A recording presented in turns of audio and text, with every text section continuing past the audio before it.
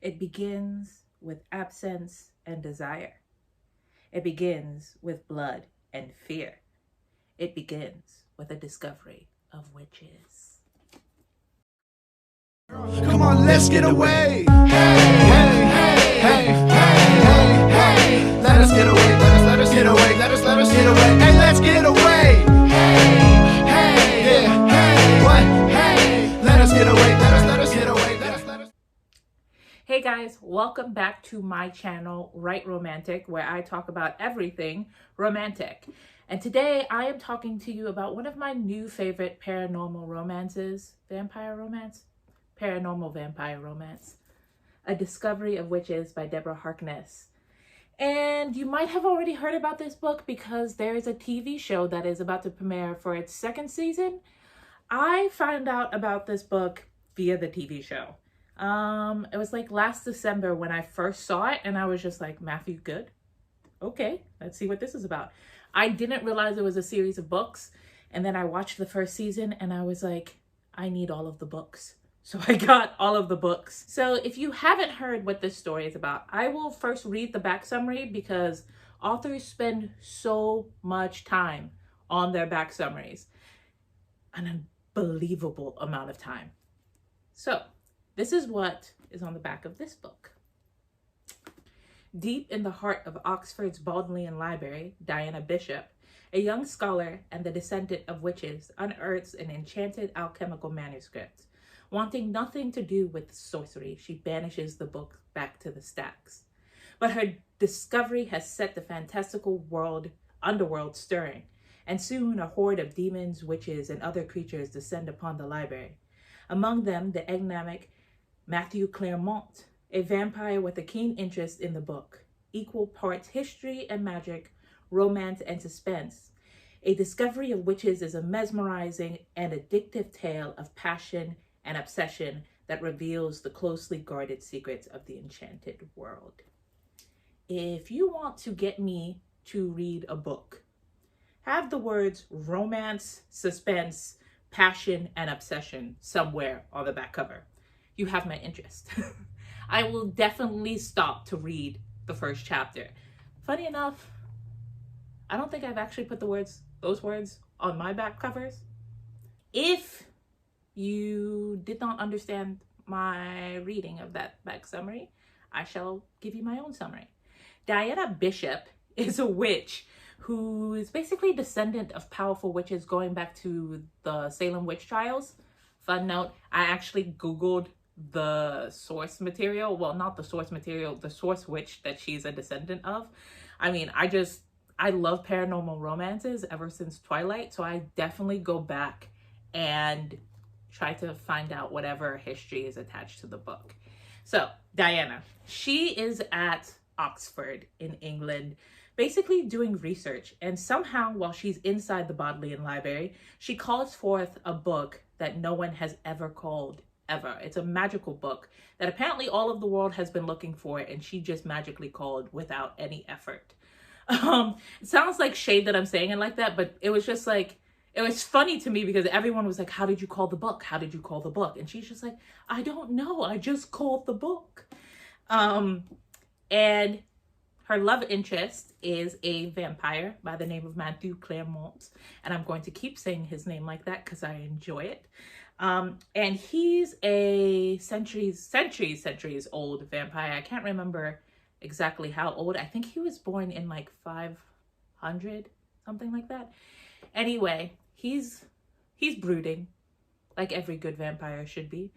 And they are all searching for this book. That's why he actually goes to Diana, because when she calls the book forward, it basically sends like a shockwave through every supernatural creature.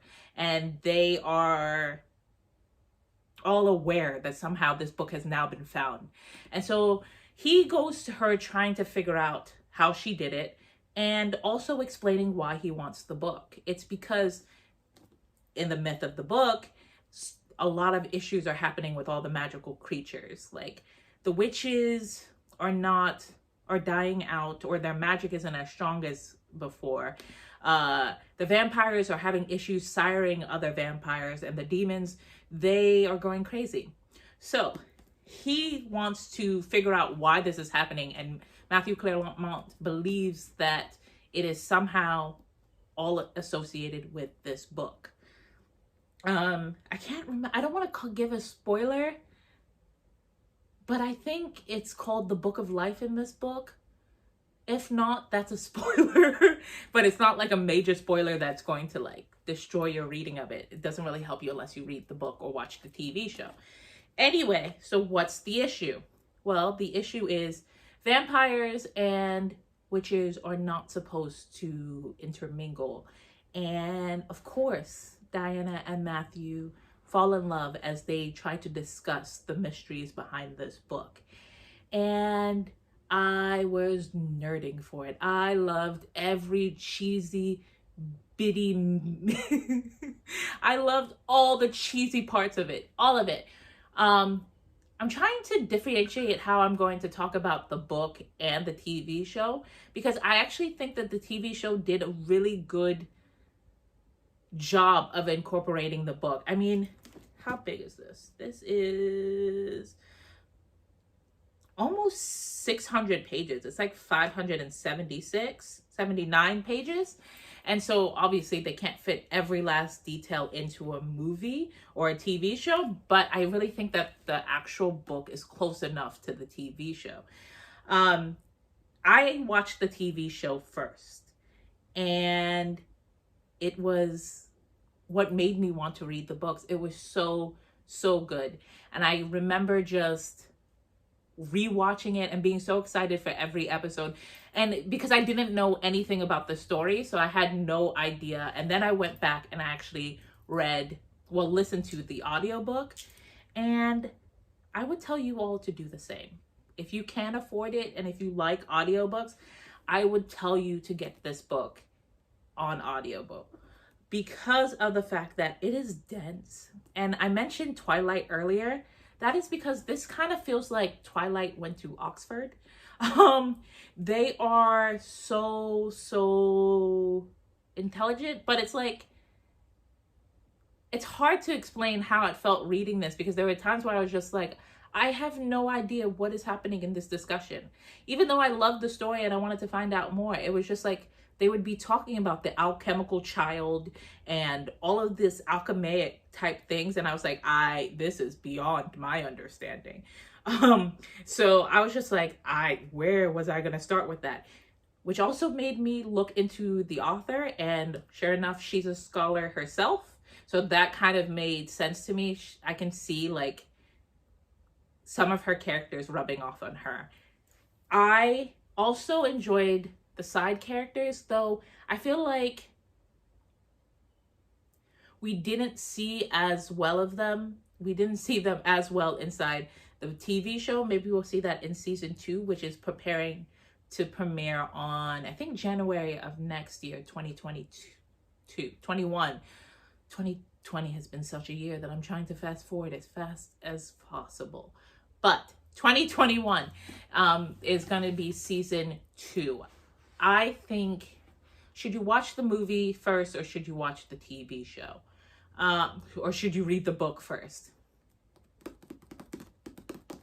I would say watch the TV show first, which is weird because I always usually tell people to read the book and then watch the TV show. But I feel like, because I was looking at other people's reviews and I was actually listening in on conversations that people were having about the book, and a lot of people were having that struggle where they just felt like it was a little bit too heavy on the academic side of it, and it was like hard to get into some of the source material.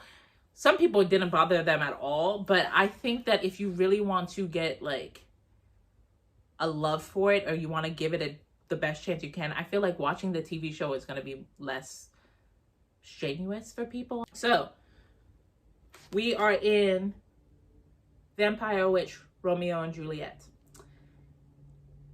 What happens? They are gonna get in trouble pretty much because they're not supposed to be together, and they are together.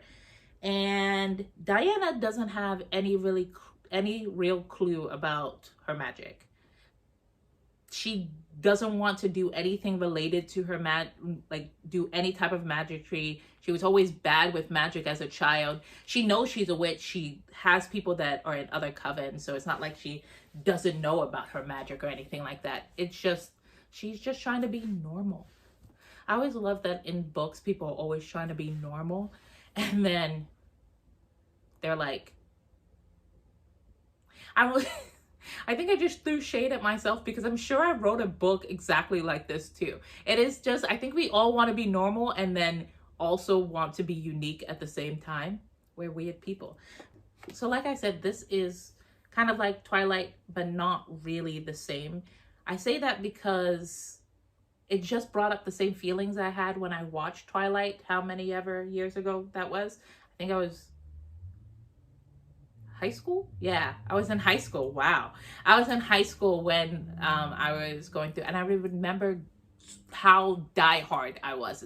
I'm not that diehard over this book, even though I do love it. I don't know if it's just I'm older now, but I really am excited for the TV show and to see where the characters go.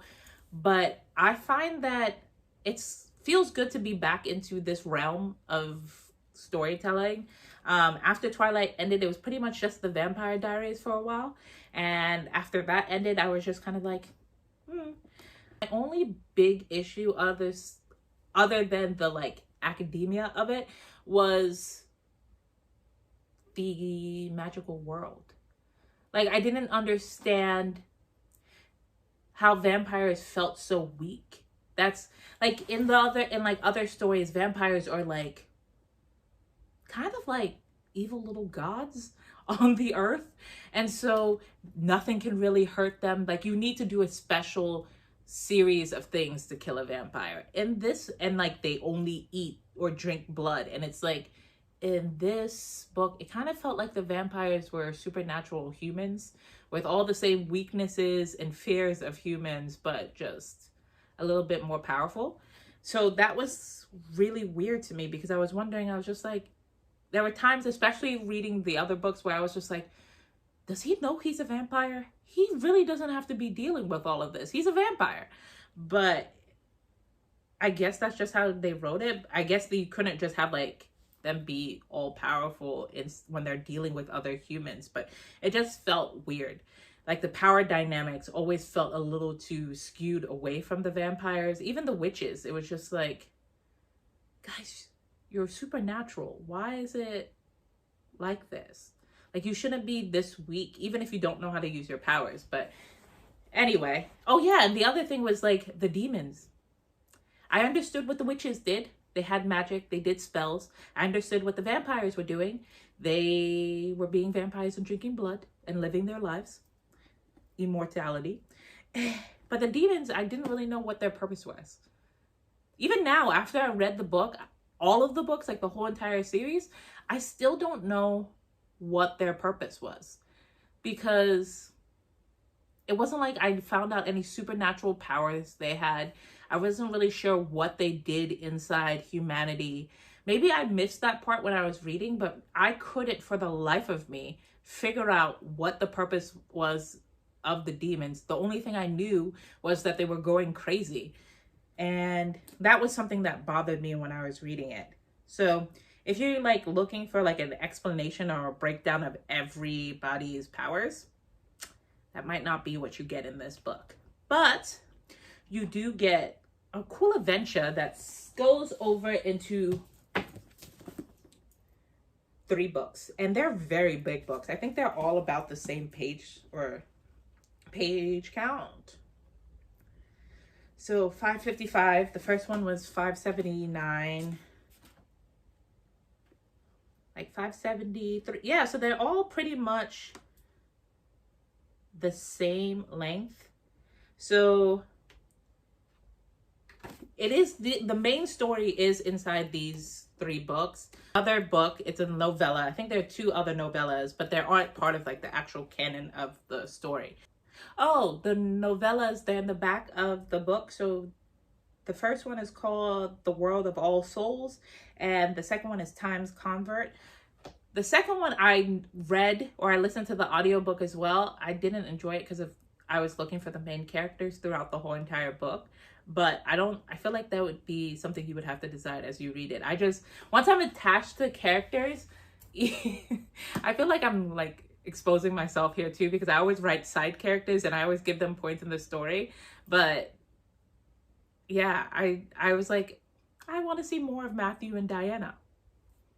So if you are looking to get whisked away into a paranormal universe, this might be the best place for you to jump in. If you missed Twilight and everything, I really love having paperbacks. I want to have like a whole entire conversation one day about like book covers. These are cool, like super cool. But the thing is, like, if I had just seen them in a bookstore, would I have picked it up? I mean, many people picked it up, so I guess it worked. But like, unless you know what the story is about, I think what would get people is the title. Like, I had no clue what the symbols or the imagery was about. It kind of reminds me of, I'm blanking on the book name. Anyway, I've come to love the covers, but I wasn't exactly sure about them when I first saw them because I just didn't know. But the title, brilliant, because it's automatically telling you it's like a quest, even though you're not trying to discover witches. You are just put on a journey, and I think that's a really smart title choice. One thing you always have to do is find a title that cues interest. I don't know if I just reviewed the book or the TV show. I think I did both. Anyway, I hope you check out this book. I don't know if that's the best review. I hope I get better at it. I'm not really that good at reviewing other people's books, mostly because I feel like I spend so much time appreciating the craft of it, just how much an author works to create a story, because I've been there. I know what it's like. And so I always want to, I don't know, give authors the deference. And it's just weird for me to review someone else's work, even though I want to be like, it's great, it's beautiful, just read it. I want to do it justice. I want to give you guys my honest opinion, but I also really do want to showcase authors that I appreciate and stories that I like, while still figuring out how to not spoil the stories for you, because I hate spoilers. Hate them. But I hope you check it out anyway. I hope you come back to this channel, and I hope you hit the like, comment, subscribe. I never thought I would be saying those words. Anyway, like, comment, and subscribe. Follow me on Twitter, Instagram, Facebook, anywhere that you are on social media. I am most likely there. Find me. Let's talk about books. And until then, keep reading romantic. Bye, guys.